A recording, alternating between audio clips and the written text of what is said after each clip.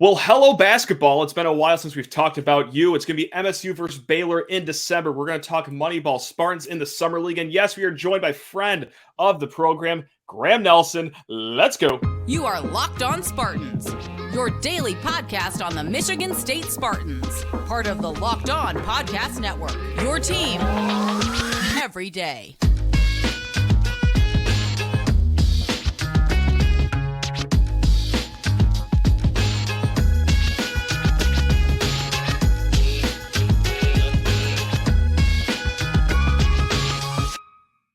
Spartan friends, Spartan family, Locked On Spartans listeners, thank you so much for tuning in to today's show of Locked On Spartans. That's right, your team in green and white. 3 days a week in July, but pretty soon before we know it in August. Oh yeah, that's right, hitting the ground running 5 days a week. Later this week, hey, we might, I don't want to jinx anything, hasn't happened yet, but you know what, I'll go as far as saying most likely we'll have an interview with a current player on the MSU basketball team. But until then, hey, we're going to talk to Graham Nelson, friend of the program. Graham, welcome back. Are you ready to talk some hoop? And I guess, well, how are you doing, first of all? I should be nice, I guess. I'm great, man. I actually, it's been long enough that I've been on. I completely forgot about that intro, and I almost immediately started talking as you, during your opener. So perfect. I'm glad yeah. We're hitting our mid-season stride then. Look at us yeah, go. Exactly. We are off and running as we always are when we get together to talk MSU basketball. Hey, you know what? Like, we were talking over the weekend. Hey, you want to join the show? Sure. What are we going to talk about? I got no idea. But would you look at this? Late on Monday, Tony Paul of the Detroit News, he tweets out, hey, MSU versus Baylor at Little Caesars Arena could be a near deal soon. And then, well, would you look at that Tuesday afternoon, about a half hour before we start recording, John Rothstein reports that, yes, it is all but finalized. Baylor is going to be coming up to the great state of Michigan to play our basketball Spartans December 16th at Little Caesars Arena. Graham, instant thoughts on that with the Bears coming up to this neck of the woods for a neutral game, quote unquote, but let's be honest, it'll be a de facto home game for our Spartans. Yeah. Really cool game. Really cool opponent. Yeah. I mean, you just don't think of us playing Baylor in any sort of kind of preseason type game. And I think it's a really, really cool opportunity. I wonder if there's going to be some sort of like home and home. We go down there to maybe to Dallas or to something like that to flip it. But it's also like this pre-Big Ten non-conference schedule is coming together right now. You got Duke, Arizona, Baylor, right? I mean, Izzo's just been searching for, really, really tough opponents just because it's what he does. And it's proven to help and hurt sometimes, but I just think it'll be a really cool game and a really cool atmosphere. I'm very upset that he's bringing this level of team to Detroit the year after I move away, but it's good. It's good for you, I'll say. Yeah, I mean, I'm biased. I'm a Metro Detroit guy, so, I'm having PTSD to the debate of the Ford Field game between Penn State and Michigan State. That got some people fired up. That got me fired up. I mean, but yeah, so, hey, for us Metro Detroit Spartans, it's great. It's awesome. And yeah, Baylor is a fun little team here. Just really quick, I don't know all the ins and outs about them, but looking at the two early top 25 from CBS, they have Baylor as 18. ESPN has them as number 20. Now, Baylor did, however, lose their top 3 scores from last year. But hey, their leading returning scorer, MSU legend Jalen Bridges. That's right. He was the transfer out of West Virginia that Michigan State was trying to land. Obviously did not, as he is at Baylor right now. But also, as Baylor really likes to do under Scott Drew, dynamite transfers. Like, there was a really coveted guard out of Toledo, Ray J. Davis. He went to Baylor. He will be there next year. And also, hey, 3 top 50 recruits, Jacoby Walter being the top 15 kid. So, hey, look, it's a Scott Drew team. It's Baylor. They will be a solid team next year. But, man, the first thing that sticks out to me is this Tom getting this team used to playing a team with a pulse in Little Caesars Arena in hopes that it's not the only time they get to do it this year because, hey, if you guys remember, some Sweet 16 and Elite 8 action going on at Little Caesars Arena when March Madness rolls around. I wonder if that's coincidence or I wonder if that is Tom being like, yeah, I want this team to get used to the sight lines in Little Caesars Arena, if you will. Or I might just be too into my head right now. I probably am, but I don't know, man. I feel like Tom, he thinks of all that stuff, right? Everyone knows that he plays the regular season to prepare for the postseason, and like if this gets him a little bit of an edge, it gets him a little bit of an edge. He'd probably downplay that because it's what he does. But I wouldn't be surprised if he thought about that. On an interesting side of it, think about this. Could this be a live glimpse of the successor to Tom Izzo after he leaves? Wow, that has never even crossed my head. I don't hate that. I actually don't like it. Graham, I think I love it. I think what a drastic change that'd be, though. Just like Tom Izzo, Mr. Do not like the portal. Yes, I'll dabble in every once in a while, but programs are way too reliant on it. To Scott Drew, the man who all but invented being great in the portal. Like that, what a whiplash for Spartan fans that would be. But hey, it seems to be working out in Waco. I'm sure it could work up here. I'd be interested to see the way he would do things, in East Lansing, because like Baylor is just really hard to recruit to. Yes. Right. I mean, they're a good name and, a great name. And obviously they've recently won a national title and he's turned it into a wonderful program. But I mean, it's out in the middle of nowhere. It's hard to get to. It's, it's not just, it doesn't have this, huge track record in history of success. Like, does he do it because he believes in the portal so much, or does he do it just because it's kind of necessary for him to build his program that way? But I like Scott Drew. I think he's a really, really good coach. I was telling you before, ironically enough, my parents live in Valparaiso, Indiana. That is where I'm currently living due to just some circumstances, looking for a house. They own the house that is right next door to the house that Scott and Bryce Drew grew up in. It is still painted the colors of Valparaiso, which if you know them, they are ugly. But it's not great. I digress. Yes. Yeah, but I just thought it was interesting. I mean, I think Scott Drew is certainly a name that would be, if he continues his success, it's certainly a name that would be considered. Do you want to walk over right now and knock on the door and see if anyone in that house knows them? Just even 3 degrees of separation, just to get their thoughts on it. I mean, look, we're doing July content. We'll listen from anyone at this point. My neighbors, Miss Sarah, and Mr. Chuck over there. Hey, do you have Homer Drew's phone number? Can I call him? Thank you in advance. Just want to check in on Scott's willingness to come to Michigan State after Tom Izzo retires. See, they're just trying to move the needle here on Locked on Spartans. And also, hey, you know what? Just to bring this back to us Metro Detroit people, hey, look, we're not thinking about Oakland University at this time, because every year since 2007, it's gone from Breslin Center to a neutral site. It's a home and home. Oakland does own those neutral site games, whether they were at the Palace or recently Little Caesars Arena. It was supposed to be at Little Caesars Arena this year, and Tony Paul knows a lot when it comes to sports, but he really knows a lot about Oakland University basketball. He tweeted out that, hey, this probably means that this year's Oakland game will be back at Michigan State for a second year in a row, and then it'd be back at Little Caesars Arena in 2024. I also messaged him on the side. I'm like, hey, maybe the O-Arena this year. Maybe this is finally the time Michigan State comes to the O-Arena. And then Tony Paul said, quote, yeah, that's not happening. Haha. So take it from him, a guy who really knows a lot about Oakland University and just the landscape of basketball in this state.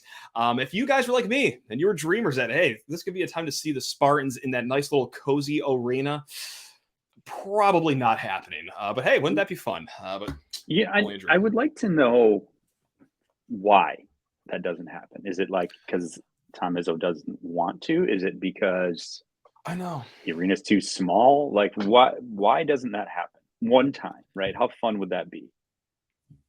I wish I had an answer for you. I really do, because I mean, it'd be great, I'm sure. Well, maybe it's because it wouldn't be a hostile enough atmosphere. I think he knows that, yes, I don't know how much the arena top of the head, maybe 6,000, let's call it. I think he knows that 4,500 of them would be State fans, and they're like, that's not hostile enough of an atmosphere for me. I need something crazy for my team if I'm going to be doing this road game. Maybe that's just the way I think of Tom. Yeah, I do think there should be a directional university away game once every 5 years, right? So okay, I don't hate that. Maybe Western, Central, Eastern, like we should play there once every 5 years or so. I just think it'd be a really, really cool opportunity for those schools, but I'm sold. I'm not in charge. Yeah, just like what football maybe did. We can get. Yeah, exactly. Maybe we can get Darian Harris on here and say, "Hey, put a little bug in the ear, pal." You call the Drew family. I'll call Darian Harris. Actually, you know what? Call both during this break because I need to talk the people's ears off about.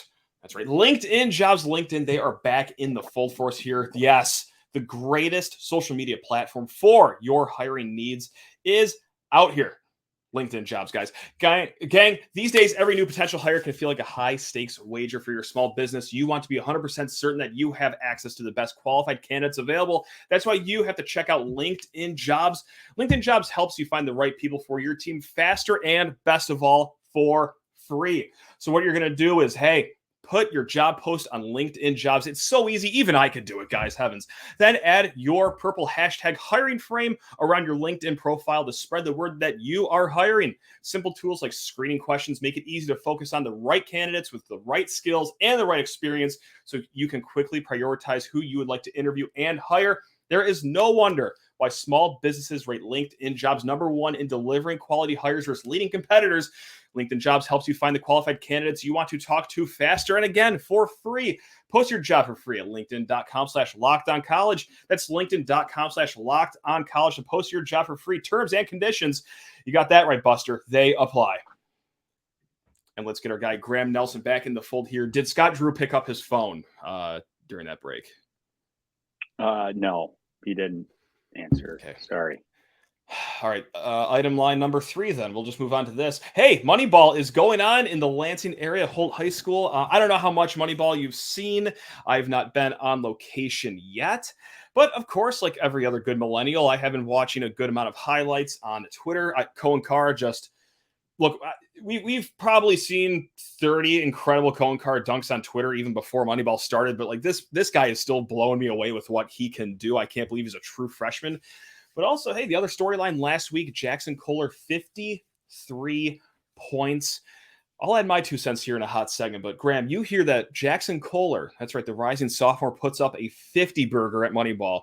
Your first reaction is blank. What are you thinking? Not surprised. Okay. We've seen, like, some crazy numbers in Moneyball in the past. Oh, yeah. And, like, oh, yeah. So, I mean, sometimes guys just come out on whatever night it is, Wednesday or Thursday night, and they say, hey, it's my turn, and I'm going to go. No, it does prove that he can put the ball in the basket, right? You got to make shots. I don't care who you're playing against. I don't care if you're just shooting out in the backyard, right? You got to make shots to score that many points. I think it shows he's gotten a lot better. Last year, we had a few good games where you could see at the beginning of the year, like, it was like the rim was 3 inches higher than he was playing on when he was in high school, right? Yep. That's just what it felt like, and it just took him. And that'll take time, but clearly it shows that he's gotten past that a little bit. Everybody talks about he looks like he's slimmed down. Maybe he slimmed down, but I think like you look at that dude's baby face, like he's just going to keep growing. Right. And he's like like. Sounds weird, but he's like just kind of started like going through secondary puberty again, right? Yeah, sure. He's just like becoming a man.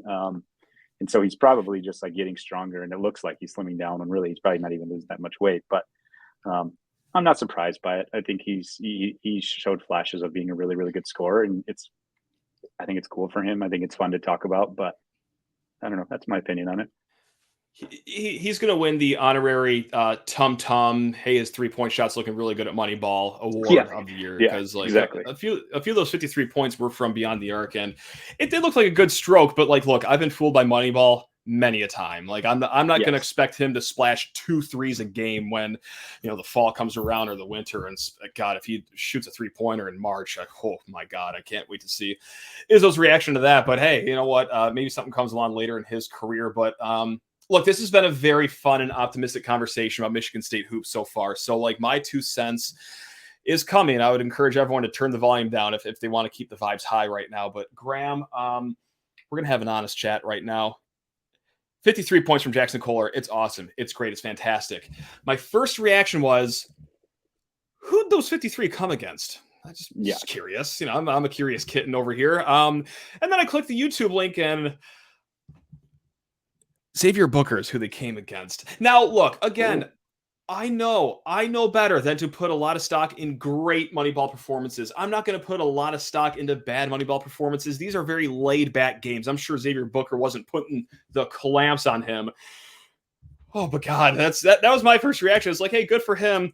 Hopefully it was one of these like Kalamazoo College kids that he was tuning up, or someone from a college I've never heard of. And then it's, oh my God, our top 15 recruit coming in, Xavier Booker. Oh no. So please talk me off a ledge, Graham. Everything's going to be okay, right? I mean, surely that's not indicative of what's going to happen. Like, this is like the most Matt Sheehan thought process I've ever seen in my entire life. I'm sorry. Right? I mean, I've been listening to you for years. I've gotten to know you a little bit. Like, it's the least surprising thing I've ever heard. And I'm not going to talk you off the ledge. Xavier Booker, he stinks. I can't believe we ever recruited him. Yes, shouldn't have been a McDonald's All-American. And it's just proven. It's proven by the Moneyball aspect. I think we should actually take away his scholarship immediately. Thank you. Okay, you said it, not me. That's good. Okay, that's good. And send him back to, I don't know where's he from? Kokomo, Indiana, or something. I don't know where he's from. Yeah, somewhere in Indiana. No. I mean, am I concerned with his ability to play post defense in the Big Ten? Absolutely, because he weighs 190 pounds. Yes, I am. He's going to be a good rim protector. Right. He's going to be a good rim protector at times. He'll show flashes. He'll be decent. Is he going to get pushed around? Yes. Is he going to get screamed at because he gets bullied out of some box outs? Yes, it's going to happen. But then there's also going to be flashes of just his natural skill set that come out. Is this the reason I'm concerned for it? No. But I am a little bit concerned about it. But I think he's just going to be such a good supplemental player that progressively gets better and better and better throughout the season, that by the time the NCAA tournament comes along, he's, playing 15 to 18 minutes a game in like an important piece to the puzzle. Absolutely. I think it's going to happen. But without a doubt, there's going to be bumps and bruises along the way, because that's how it goes with Michigan State's program. I think like that performance too, I think really helps build the agenda that I've been trying my hardest to build on this program. And that is that, God, it might take a little bit of time for Xavier Booker to become that top 15 recruit. This is like my 100th time saying this, but he got that rank because his ceiling is that high. It might take a while for him to get there. Now, there's a good portion of this fan base that is going to be expecting him to be a 22-12 guy like immediately. Like, yep. It's gonna take a little bit of time, guys. I don't know. Like, on a serious note, like, that's just another thing. It's like, hey, you know what? Maybe by the end of his freshman year, or dare I say, if he sticks around for 2 years, his sophomore year can be really special. But again, that's just all I want to throw out there, is that, like, just be patient with Xavier Booker. That's all I ask from the fine folks out there. That's all. Yes. I totally agree. And he's gonna have good games in the non-con, because he's just that much better than of course. Right. I mean, he's just that much more gifted. But in the Big Ten, like, it's how it is. Freshmen, big guys, like, they get beat up a little bit. How many times did we see it last year? Right. Saw it 4 of every 5 games last year in conference play, it felt like. Yeah. So I have a question. I have a question for you in regards to Moneyball. Please. How many points do you think you could score in a Moneyball game right now? Okay, so first and foremost, I'm terrible at basketball. All right, like, god awful. Last time I touched a ball was about 8 months ago, and I ended my career on, I think, 3 straight air balls from 3.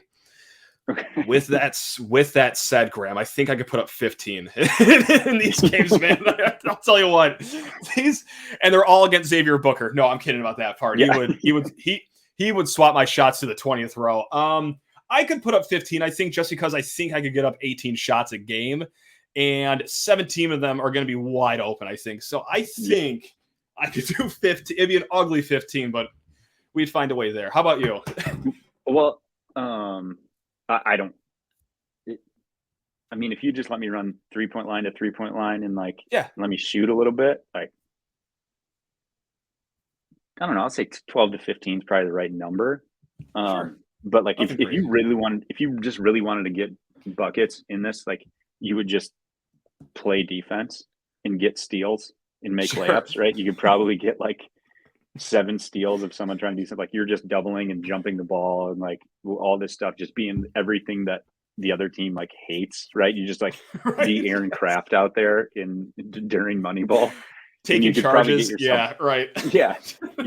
Well, like one, you'd probably get your ass kicked, but yes. two, you might end up with like 25 just based off of layups. So it depends on what we're trying to do here.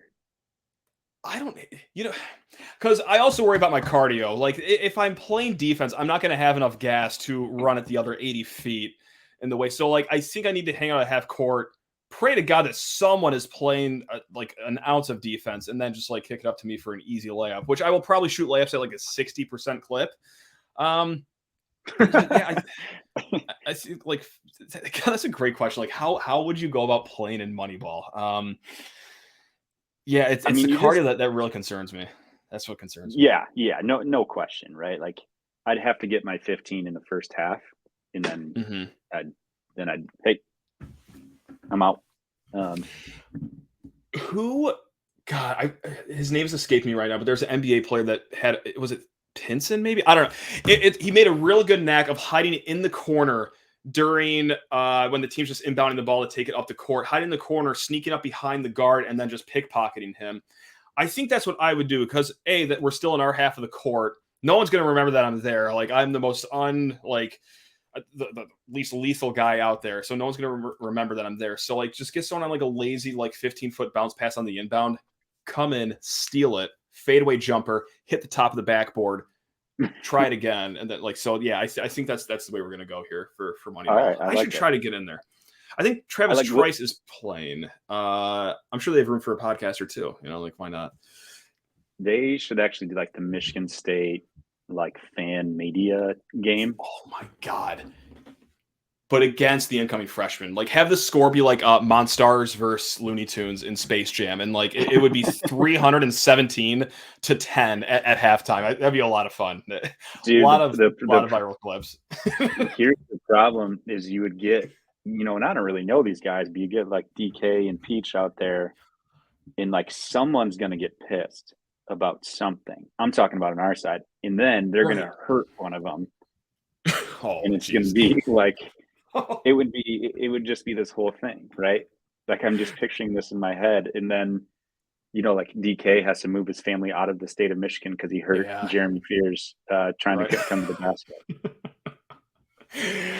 He undercut him on a fast break layup, but no, like honestly, there are some good hoopers. Like Peach, I have full confidence in. DK, Dave Klein. I feel like his younger 8-year-old brother, whenever I meet up with him, like he is just a hulking presence of a man. Carter Elliott, like he played at Albion. How bad can they be? So like these guys would get fed up with something, and I'm afraid it would just be me on the court as I have somehow 8 turnovers in a effortless defensive game from the other team. So I might be the reason they get upset.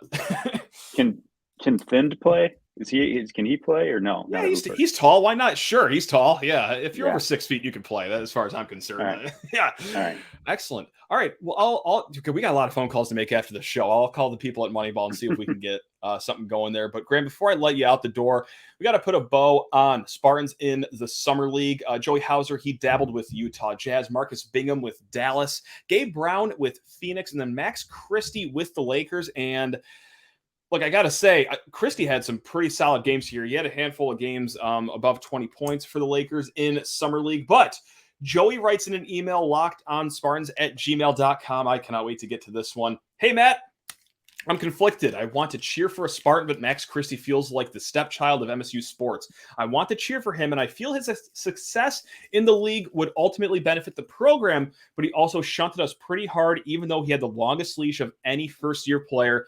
Help me understand, how should I feel about Max Christie? Thanks in advance. Feel free to use this on your pod. Well, Joey, we definitely are going to use this on the podcast. Graham, I'll let you bat first on this one. Maybe you're infinitely more mature than I am. Actually, I know for a fact you are.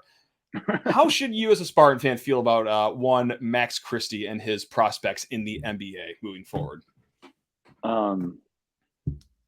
Why wouldn't you cheer for his success? Like, because I'm petty and a child. That's why. I almost side with Joey here. So join us on our side, Graham. It's great over here. It's awesome rooting against 19-year-old kids that went to your school. It's great. I mean, let's just like put into perspective. He's like super. We don't want perspective, but like okay, super highly recruited, right? Supposed to be the guy. Happens to come in a year that Michigan State is just like not very good.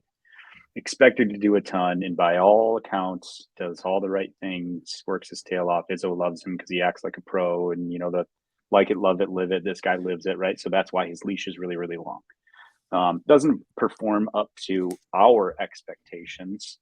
Right, our expectations as fans, which our expectations as fans don't mean a damn thing, nor should they. And then he says, "You know what? Like, I'm going to go bet on myself. I'm going to go. My dream is to go make money playing NBA basketball, and I believe that I have the skill set to do it. And I believe the best place for me to get there is to do it, playing at that level." Who am I to say like, "Hey, dude, I'm mad at you for chasing your dream and fulfilling it"? I can't do it. It will be beneficial. I don't know anything about the relationship, but like, I hope he's have a good relationship with Michigan State. I hope he comes back. He seems like a great kid. Buddy of mine who I work with, he actually lives right next door to him. And he works with him as like his personal mindset coach, and says he's just a great kid and like an awesome, really, really, really, really awesome guy. So like, I've got no hard feelings, and I don't think anyone should think badly about Max Christie just because he didn't do what we wanted him to do. Yeah. If I could be serious here, like I do or did sign with Joey. I'm kind of like in the transition phase of like, how I feel about Christie, because again, I'm very immature when it comes to my college sports teams and many other things in life, of course. But one thing that I always like just think, and this helps like kind of come to terms with it, I guess, not to sound incredibly serious about it, but I can't think of another word to use, is that if he came back, does Jaden Akins really develop into the player that he became at the end of last year? And I think the answer is very easily no. And look, would you rather have 3 years of Akins or 2 years of Christie? I'm not just saying this to make myself feel better, but I really think that it is. You'd rather have 3 years of Akins here. And I think last year with Christie gone was so beneficial for Akins, and especially with this upcoming year being the year to have a great run in Big Ten play and hopefully March Madness as well. Yeah, it was good that he left. Now, the terms that they left on, you hear the rumors from the camp, like, oh, they're not happy, yada, yada, yada. It's like, why not? Like, Izzo talks glowingly about you at every chance. You have a very long leash, even though you're shooting like 18% from 3 in conference play. But whatever. You know what? Between like Akins' progression and everything you just said too, because this is why we have you on sometimes, is just to talk common sense to me and just drill it into my peanut-sized brain. It kind of, you know what? It kind of checks out there. It makes sense. So Max, don't just put up 20 plus in summer league. Go do it in the actual NBA regular season and then playoffs, young man. That's right, Spartan for life. Let's go. I just got like one more thing to say about. One more thing to say about it is like, look at where his body was when he was a freshman compared to what it is now. Like kind of what I joked about. Like I kind of joked about that with Jaxon Kohler. Like dude, these guys are still. He just wasn't ready to be what we expected physically. And like, there's nothing we can do about it. But then he just chose, hey, I'm going to go get physically ready while choosing the route of getting paid to do it versus, school. And I understand NIL and whatever, but I don't know. The kid chased his dream, and it seems to be working out. Like, you should be happy for him. Yeah, that's a good thing too. It's like it is working out for him. I'd rather him leave, be upset, but then like he flourishes. Other than just like he leaves, and then in 1 year he's playing in Kazakhstan's like 5th league. Right. Right.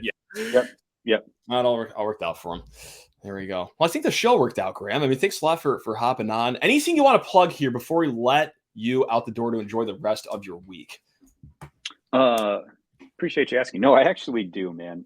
You've been kind enough to have me on a number of times, but as I mentioned before, I have a business. It's a personal development business, personal development community that I run with my good friend and partner, David Nurse. Yes, that is Nick Nurse's nephew, the coach of the 76ers now.